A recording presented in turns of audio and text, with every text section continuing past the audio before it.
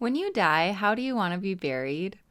For me, the thought of being under 6 feet of dirt gives me claustrophobia, even though I know that I would be dead. I know that I probably wouldn't care. I wouldn't know any different, yada, yada, yada. A lot of people do it.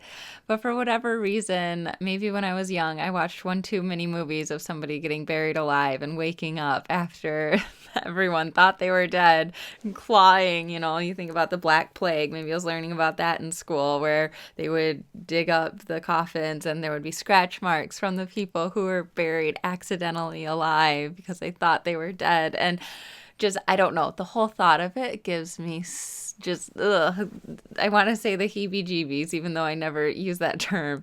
And so I think it's interesting. I definitely want to be entombed in an above ground ordeal. And Jesus obviously was also put in a tomb. You're still put behind a very heavy like stone. You're locked in place, right?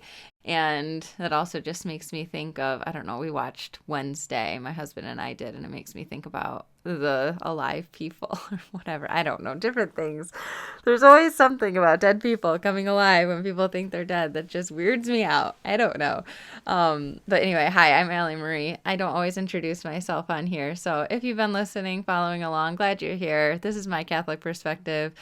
Today is the feast of the Holy Winding Sheet, which is also known as the Shroud of Turin, which is understood to be the burial cloth that Jesus was buried in.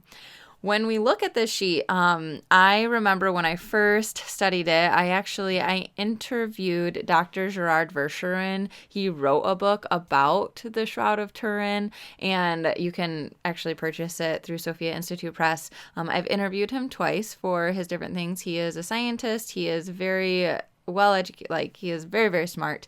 And I really have enjoyed picking his brain every chance I've gotten to interview him on his latest book. And so when we talked about the Shroud of Turin, he went into how they've tested these samples and why certain testings aren't quite valid and all these different aspects. So his book is very good. I would recommend that. But I also, in his book, he mentioned how they went and were able to create a three-dimensional version of Jesus from the Shroud of Turin. They were able to take this sheet that Jesus was supposedly buried in and that was wrapped around him and he was covered in blood. I mean, you can look at the picture of the Shroud of Turin. You can see a man's face clearly imprinted on it. It makes me also think of St. Veronica's cloth, right? But so this 3D carbon, Alatea, excuse me, has an article talking about that 3D representation. And it's just incredible how the scourging marks, all the whips that happened on his back, the piercing on the side, the blood stains that it left on the shroud, on this holy winding sheet, is so clear. It says he was long-limbed but very robust, nearly 5 foot 11 inches tall. He had a very regal and majestic expression, it says. But so you can look this up. It says, the professor who helped create this said, I counted 370 wounds from the flagellation without taking into account the wounds on his side, which the shroud doesn't show because it only enveloped the back and front of the body. Okay, so maybe it didn't show the thing on the side, sorry. But he said, we can therefore hypothesize a total of at least 600 blows. In addition, the three-dimensional reconstruction has made it possible to discover that at the moment of his death, the man of the shroud sagged down toward the right because his right shoulder was dislocated so seriously as to injure the nerves. So you basically have, this appearance of somebody. I mean, right, it's like, well, could this be somebody else that was crucified? Could it be this? Could it be that? There's just a lot surrounding it. And I just think that the part that I appreciate that St. Thomas Aquinas mentions here in the Lenten Meditations is that Jesus was buried in a garden. The tomb that Joseph of Arimathea and Nicodemus laid him in ended up being in a garden, and that Adam and Eve were in a garden. That's where everything started. And then it's like, paradox or whatever, that, or foreshadowing that Jesus was then buried in a garden where it was finished, right? So it started and finished in a garden. And that was what he said here. He said, the mention of St. John's Gospel, where it says, now there was in the place where he was crucified a garden, and in the garden a new sepulchre, which is another word for a tomb.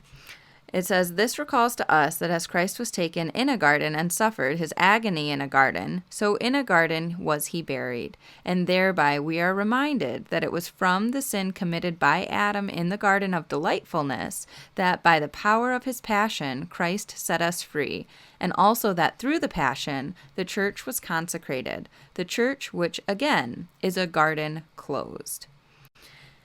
And I've, again, not made that connection. St. Thomas Aquinas is good like that. That's why I appreciate his writing so much, right? But just drawing that connection of it started here and it ended here. And, Mary is the new Eve and Christ is in a form like the new Adam, right? Although it doesn't exactly work out that way. And so I just think that looking at the Shroud of Turin, seeing that 3D model that was able to be pulled from it, I do think that it's almost like doubting Thomas, right? It's like, I have to see it to believe it. I need to feel the wounds in your hands in order to understand this. And I just think it's an interesting ability that they were able to make this image. So if you haven't looked that up before, do now. If you just look up 3D carbon copy of Jesus and Shroud of Turin, you could do that. But it's definitely an interesting piece of our history, an interesting relic that's been preserved. It goes around, they keep it in glass, and people have only ever slightly touched the edges, and that was where they took samples from, and all these different things, right? There's a lot to it on them wanting to preserve the cloth or the sheet, and also trying to verify its authenticity, right?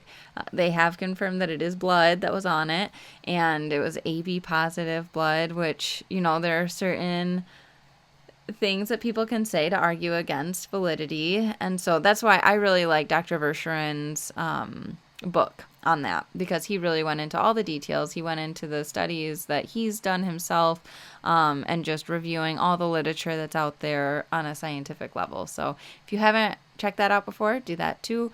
But otherwise, and I can link this Alatea article also in the description. So that'll just make it easy access for you, even though I know you could probably find it on your own. So God bless you. Thanks for tuning in today. I hope that you are still having a good Lent and that it's serving you well.